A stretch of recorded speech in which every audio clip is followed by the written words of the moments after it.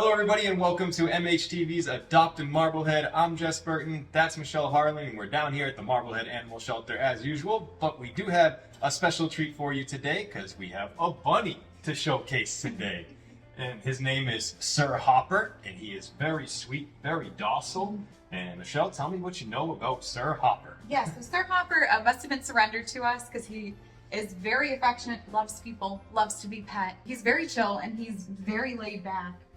He doesn't mind kind of where you pet him as long as you go in his linear line along his back. But bunnies especially like right behind their neck and their ears. So that's kind of their sweet spot where they really like being pet. So he'll come over to you. He's very attentive. So he knows that people are walking by him and he comes right up. He wants to say hi. So he's very personable. I don't know specifically how old he is, but he does look like a young bunny. He's got very bright eyes. His teeth aren't overgrown looking or anything like that. His nails even look like they've been well taken care of. So I wouldn't say that he's far past young adulthood right now. And I've seen the Holland Mops get bigger than this too, so he might even be less than a year. So that's what breed he is? Yeah, he looks very much like a Holland Mop.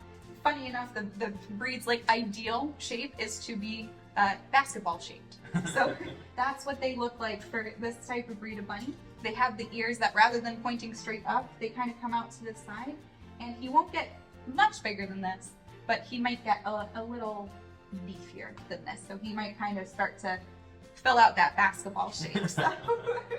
But they tend to be a very good pet rabbit. Good for families, good for kids. As long as your kids are a little bit older, they know how to be gentle, they know the proper care of a rabbit. Things like that. They tend to be like one of the best breeds of rabbit to have as a pet. If you are owning a bunny for the first time, like what do you need to know? Yeah, so they need much more space than what you are probably aware of. What is actually best and kind of gives them the best life is to have a room that is bunny proof because they like to chew on baseboards, cords, wires. Either set up like a really large playpen, but they can jump really high. Yep. So be very aware of that and supervise them when they're out because they will go to the first thing that they shouldn't touch. Yep. And they will let you know that you have not fully bunny proofed the room. If you haven't had rabbits already, just be really willing and open to learn about rabbits, how to have the best setup for them. That you have a space for him to get a lot of exercise in, you have separate space from your other animals. That if you have children, that they're able to know how gentle you have to be with a rabbit, or be aware that they do live for 10 years as well. So it's a commitment. Because rabbits are a prey animal, it's kind of hard to find another pet in your house that won't see it as prey. Yeah. And it's not something that if your other animal hasn't already been exposed to a rabbit that we would kind of want to try. So you just want to make sure that the rabbit has a separate space that's away from the other animals in the house, that's safe for them, where there's no chance of them getting in and interacting with them in a negative manner. But he would be great for anyone who hasn't had a rabbit, who's been really thinking about having a rabbit. Especially with his demeanor. He's just so sweet. Yeah. This is the ideal type of bunny who wants to interact with you, who wants to be loved by you.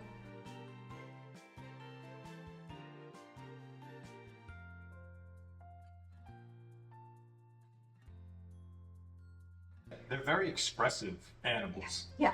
People might not realize that they have huge personalities, and it's really great to like tap into that and get to know your bunny just like you get to know your cat or dog. It's really adorable when they really come out of their shell. And what are some other ways, because he's been showing us, what are some other ways that they show that they're happy? When he's happy and calm and wants to relax, he will flop over onto his side. Like it's not him laying down, it's a flop. Like a really quick flop, and that's showing his belly, so it means he's comfortable, he feels safe, he feels very happy. He puts his head down, he kind of like smooths himself out when you're petting him, which means he's very happy. But if they have enough space and they do something that's really exciting, or they find something new, or you give them a treat that's really good, they'll run around, they'll hop, and they'll kind of twist a little bit. And that's called a blinky. So they'll go around and they'll blinky around, and they'll do a bunch of hops, and they'll twist their buns in the air, and it's very cute to see and very rewarding to have happened. It's so cute. It's so funny too. It's the cutest thing. You feel like you've done everything right in the world. If it happens, it's like, oh my god, my bunny's happy. And what about taking them outside for little adventures? Oh, yeah. Yeah. Yeah, so if you have a backyard or the space to do so, setting up an enclosure, like where they can have some grass that hasn't been treated, they will definitely give you a lot of blinkies for that. Yes. And they do love it, but you obviously have to be careful because birds of prey, any birds, will swoop down and grab them. So, like you said, an enclosure outside is key. Always be out monitoring them. Put a little leash and harness on them so that you're with them and attached to them at all times, and be very aware of your surroundings. But they do love being outside. I mean, bunnies are outdoor animals for the most part. We always say keep your cats indoors. We do want him indoors, but the little adventures, they love it. Yeah. Anything that's and they'll chew through mesh or anything like that. So there's like bunny specific enclosures where they can be on the grass, but the sides and the top are all enclosed. So you can kind of set them up while you're reading a book or enjoying a lemonade or something like that.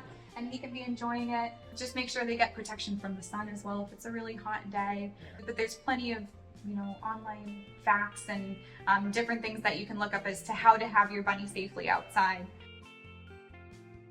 It's really important for bunnies to keep their digestive health on point. That's usually the first thing to get them unwell. It's the first sign that they're unwell, is if they've stopped eating, they're eating less, or if they're not pooping as much.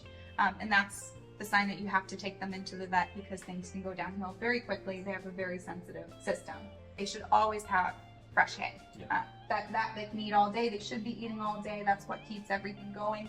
So you want to make sure that their primary source of food is going to be their hay, that they have full access to that. And then you give them fresh vegetables, leafy greens. Loves his lettuce. And how often should their area be cleaned, their actual cage? What's a really good thing to do is just spot clean it every day. So anywhere that's really heavy with their poop or anywhere that's wet, you want to make sure to freshen up, make sure that their bedding's all dry, and then usually once a week so you do a full swap through. Most of the time they'll poop in their box because that's where their hay is going to be. Right. So they'll be eating and they'll be pooping. Also, it might sound gross, but they have 2 different types of poop pellets, right? Yes. And one they eat again, right? Yes. For nutrients. Yeah, it's usually the first one that they have in the morning, and that is something that they, re-ingest in order to help promote good digestion.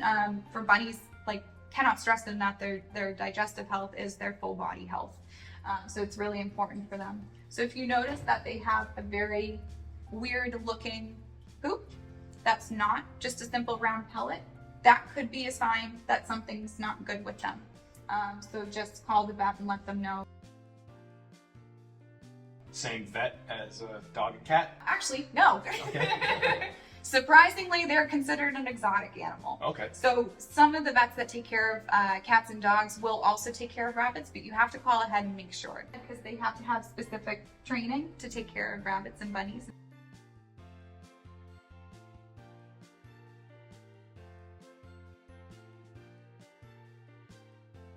But they are an animal that is very rewarding to have as a pet.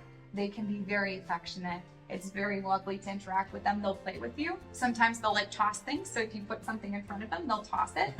They don't like playing fetch. They like you to fetch the item. They're so entertaining and they're so wonderful. It is very fun to just watch them.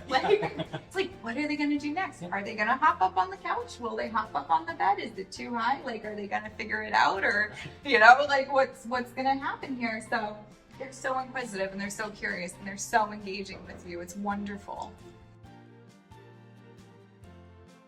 If you think Sir Hopper would just be the perfect little bunny for you or your family, come on down to the Marblehead Animal Shelter, meet Michelle or one of their other volunteers that's always here and willing to help you out, and meet Sir Hopper as well. And as Michelle always says, he will melt your heart. He will melt your heart, yes.